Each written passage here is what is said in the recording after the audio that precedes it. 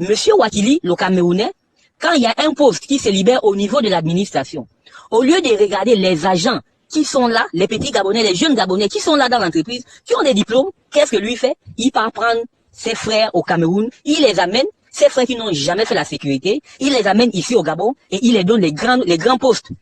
Il les donne des grands postes au sein de G4S. Bonsoir Frangin. Déjà pour commencer, G4S c'est une société de sécurité anglaise. Nous sommes internationaux.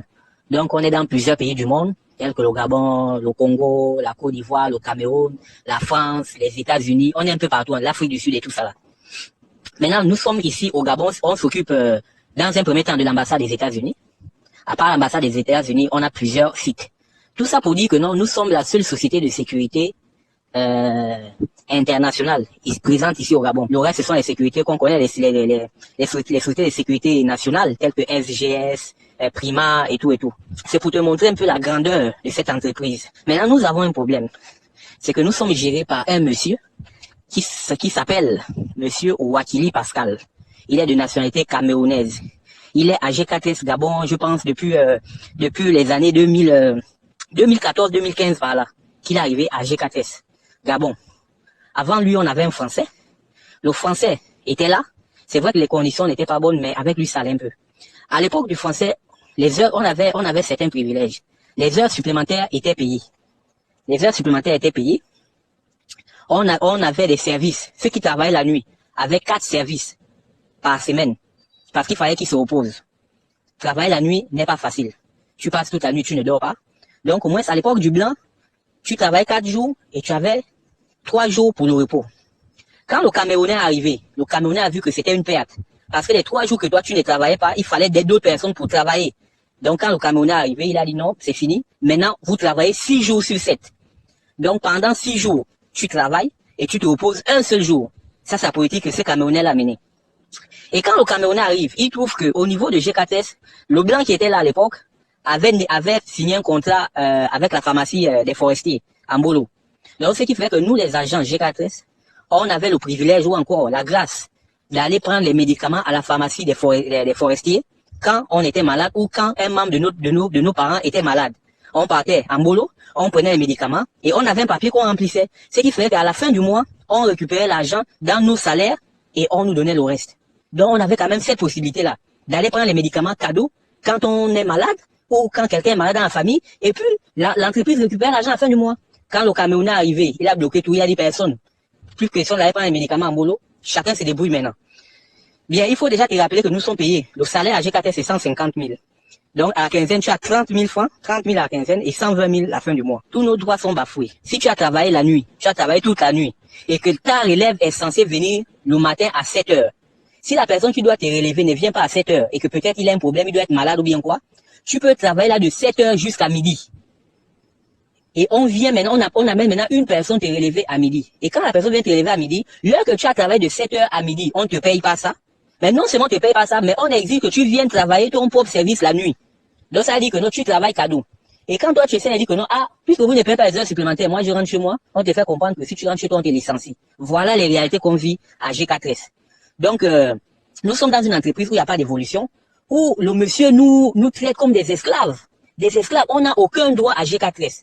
Comment comprendre que quelqu'un qui est entré à G4S, qui a fait 10 ans, on a les gens aujourd'hui qui ont fait 10 ans à G4S. Il n'y a pas d'évolution. Donc, il n'y a pas d'évolution. Tu as commencé, tu es agent de sécurité. Tu as 10 ans dans la boîte, tu es agent de sécurité. Il n'y a pas d'évolution à G4S. Monsieur Wakili, le Camerounais, quand il y a un poste qui se libère au niveau de l'administration, au lieu de regarder les agents qui sont là, les petits Gabonais, les jeunes Gabonais qui sont là dans l'entreprise, qui ont des diplômes, qu'est-ce que lui fait? Il part prendre ses frères au Cameroun, il les amène, ses frères qui n'ont jamais fait la sécurité, il les amène ici au Gabon et il les donne les grands postes. Il les donne des grands postes au sein de G4S. Dernièrement, monsieur Wakili est parti prendre son oncle. Il s'appelle Tata. Si vous faites des enquêtes au niveau de G4S, vous allez trouver que non, on a un monsieur qui est, je peux dire, le numéro 3 de l'entreprise G4S au Gabon. Il s'appelle Tata. C'est quelqu'un qui était au Cameroun, qui ne connaît rien de la sécurité, qui est l'oncle de monsieur Wakili Pascal, le directeur général de G4S. Il y a un monsieur qui travaille à la direction, monsieur Moreau. Quand ce monsieur est décédé, Wakili est parti prendre son oncle au Cameroun, qu'il est venu mettre comme chef Donc aujourd'hui, le monsieur nous commande pendant que le monsieur n'a jamais travaillé à G4S Gabon. On ne lui connaît même pas. Mais subitement, il arrive, il devient notre chef. Au niveau de l'ambassade des États-Unis, là-bas, le superviseur est bien payé. Parce que les Américains payent bien. Le superviseur a un salaire dans les 1 million comme ça. 1 million et quelques. La dernière fois, on a eu besoin d'échanger un superviseur là-bas. Au lieu que M. Ouattili vienne prendre les agents gabonais qui sont dans la boîte, qui ont des diplômes, qui sont là, le monsieur a mené une Camerounaise qu'il a menée à l'ambassade des États-Unis pour être superviseur. Aujourd'hui, la Camerounaise est bien payée pendant que nous, les jeunes Gabonais, nous sommes là. On n'évolue pas. Nous sommes à 150 000 depuis 10 ans, 11 ans, rien n'évolue. Et quelqu'un qui arrive du Cameroun se retrouve avec un salaire de 1 million. On est dépassé. Moi qui vous parle, je suis titulaire d'un bac plus 2. Bac plus 2. Bac plus 2. Mais je suis là agent simple. Depuis 7 ans que je suis dans la boîte G4S. Agent simple. Pas d'évolution. Je suis agent simple, c'est-à-dire je suis posté. Je suis posté dehors. Pendant que les gens qu'on amène, les gens qui sont même mes chefs, n'ont même pas le niveau d'études. Même niveau d'études BPC. Ils n'en ont pas. Mais c'est parce que c'est les gens que Ouattili amène, il les place. Et nous, comme on cherche au travail, il n'y a pas de travail, on est obligé de supporter. Au niveau de la CNSS, ils nous coupent l'argent chaque mois. Dans le mec salaire qu'on prend, ils nous coupent l'argent chaque mois pour la CNSS et la CNAM-GS. Mais plusieurs fois, quand les agents sont partis vérifier, si on cotisait pour eux à la CNSS, beaucoup ont trouvé le bulletin blanc. Donc beaucoup ne sont même pas déclarés à la CNSS, beaucoup n'ont même pas de cotisations à la CNSS. Pendant que chaque mois, on nous coupe l'argent de la CNSS dans nos salaires. La société G4S, quand on a un décès dans la société, G4S ne donne rien du tout, rien à la personne qui décède.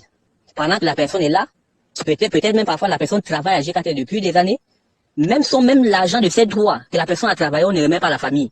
On ne donne rien du tout. S'ils ont beaucoup fait, ils achètent au cercueil. À part ça, rien du tout. Maintenant, au niveau des personnes décédées, qu'est-ce qui se passe? Tous ceux qui sont décédés jusqu'aujourd'hui, leur nom sort dans la fiche de paye. Donc je dis bien jusqu'aujourd'hui, quand on nous paye à la fin du mois, dans la fiche de paye, les noms des décédés sont là. Ce qui veut dire quoi? Ce qui veut dire que jusqu'aujourd'hui, tous les décédés, leur salaire passe. Mais comment se peut-il que quelqu'un est décédé depuis? On l'a enterré depuis. Même à sa famille, vous n'avez même pas remis 100 francs. Mais après 2 ans, 3 ans, 4 ans, chaque année, on voit son nom sur la fiche de paye. Ça veut dire que la personne est payée chaque fin du mois. Mais son argent part où? Qui prend son argent? Qui encaisse son argent? C'est ce monsieur que vous voyez là, monsieur Ouattili. Voilà les combines qu'il fait à G4S. Et c'est un monsieur qui, à l'époque, était soutenu par certaines personnes. Donc ça veut dire qu'à l'époque, quand on essayait de s'élever, quand on essayait de parler, c'est la PJ qui venait nous récupérer. On envoyait directement la PJ nous prendre. Et puis c'était ça. Le simple fait que non, quelqu'un s'élevait, que la personne condamnée, essayait de condamner certaines choses, bien un groupe de personnes s'élevait et condamnait certaines choses. Ouais, bonsoir. La PJ, il appelait la PJ, on venait nous prendre parce qu'il avait des poteaux. Et pourtant, G4S a des grands sites. Tous les grands sites de Libreville ou bien du Gabon, c'est G4S qui a ces sites-là. Aujourd'hui, on a G4S à l'ambassade des États-Unis, on a G4S à l'aéroport, on a G4S au ruban vert, on a G4S dans plusieurs grands sites. À Salah, à Port-Gentil là-bas, c'est toujours G4S dans un site pétrolier. Mais les agents sont mal payés. Les agents ne sont pas respectés. Par ce monsieur-là, ce Camerounais-là. Les agents ne sont pas respectés. Au niveau de l'ancienneté, les gens qui ont déjà fait les 10 ans, les 11 ans, les 12 ans dans la boîte, déjà, ils n'ont jamais eu de promotion. Ils n'ont jamais eu de promotion. Ça veut dire que tu as 10 ans dans la boîte, tu es agent au terrain, tu ouvres la barrière, tu fermes la barrière chaque matin. Pendant que le Camerounais ou la Camerounaise qui arrive aujourd'hui devient ton chef. C'est elle qu'on met à l'ambassade, elle est payée au million. Pendant que tu es là. Parfois même tu as les diplômes. Moi qui vous parle là, je vous ai dit, j'ai un bac plus 2. Je suis à G4S depuis des années. On m'a jamais donné une seule promotion. Mon salaire a toujours été de 150 000, 30 000 la quinzaine, 120 000 francs la fin du mois. C'est ce que j'ai gagné aujourd'hui. Et la plupart des agents G4S sont dans la même situation. L'ancienneté, quand tu fais 1 an, on t'ajoute 1000 francs dans le salaire. 2 ans, ça te fait 2000. Et 10 ans, tu n'as que 10 000 de plus dans ton salaire. Donc par an, ce monsieur nous donne 1000 francs d'ancienneté. C'est du jamais vu. Et pour finir, frangin, essaie un peu de comprendre une chose comme celle-là. Au niveau des congés, quand on part en congé à G4S, quand tu pars en congé, le jour où tu pars en congé, la boîte te donne 266 000. 266 000. Si tu te donnes beaucoup, c'est 270 000 qu'on te donne quand tu pars en congé. Quand c'est beaucoup, 270 000. Mais les 270 000 qu'on te donne là, ton salaire est compris à l'intérieur. Donc tes 150 000 qu'on te paye par mois là, sont dans les 270 000. Donc en réalité, on t'a ajouté peut-être 120 000 pour tes congés. Maintenant, quand tu finis les congés, quand tu reviens après un mois, ton premier mois de salaire que tu travailles complet, la boîte divise ton salaire par 2. Donc au lieu de 150 000, on te donne 70 000 francs. Ce qui veut dire qu'en réalité, quand on part en congé, on nous donne notre salaire plus un prêt d'argent. Parce que quand on revient, ils récupèrent l'argent qu'ils nous ont prêté. Parce que quand on donne 260 000 en partant, on allait d'avoir 150 000 de notre salaire dedans. Maintenant, ce qui reste là, moi j'appelle ça, c'est que eux ils nous prêtent. Et après les congés, quand on revient, ils divisent notre salaire par 2. En fait, cet homme-là a toujours fait toute la manigance, il n'a jamais été inquiété. Jamais, jamais, jamais, jamais, jamais.